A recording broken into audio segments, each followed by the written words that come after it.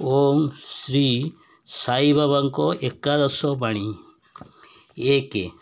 ଶିରିଡ଼ି ମାଟିରେ ଯିଏ ପାଦ ଦେବ, ଦୁଃଖ କ୍ଲେଶ ତାର ଅବସାନ ହେବ। 2.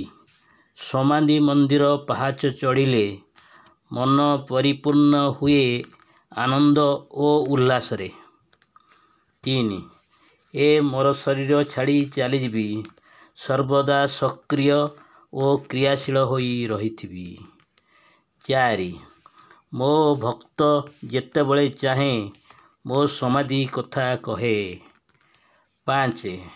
ସମାଧି ମଧ୍ୟରେ ମୁଁ ସକ୍ରିୟ ଥାଇ ରହିଥିବି, ଶକ୍ତିମନ୍ତ ଓ କର୍ମକ୍ଷମ ହୋଇ। 6. ମୋର ଅବଶିଷ୍ଟ ଉପଦେଶ ମୋ ସମାଧି ଭିତରୁ ପାଇବ ପ୍ରକାଶ। 7. ସମର୍ପଣ ପୂର୍ବକ ଯେ ଜନ ମୋ ପାଶେ ହେବ ଶରଣାପନ୍ନ, ସଦା ଜାଗ୍ରତ ଥିବି କରିବାକୁ ସାହାଯ୍ୟ ଓ ପଥ ପ୍ରଦର୍ଶନ। 8. ମୋ ଆଡ଼କୁ ତମେ କଲେ ଦୃଷ୍ଟିପାତ, ମୁଁ ତୁମ ପ୍ରତି ଦୃଷ୍ଟି ଦେବି ନିଶ୍ଚିତ। 9. ମୋ ଉପରେ ସମସ୍ତ ଭାର କର ଅର୍ପଣ, ମୁଁ ତାହା ନିଶ୍ଚୟ କରିବି ବହନ। 10.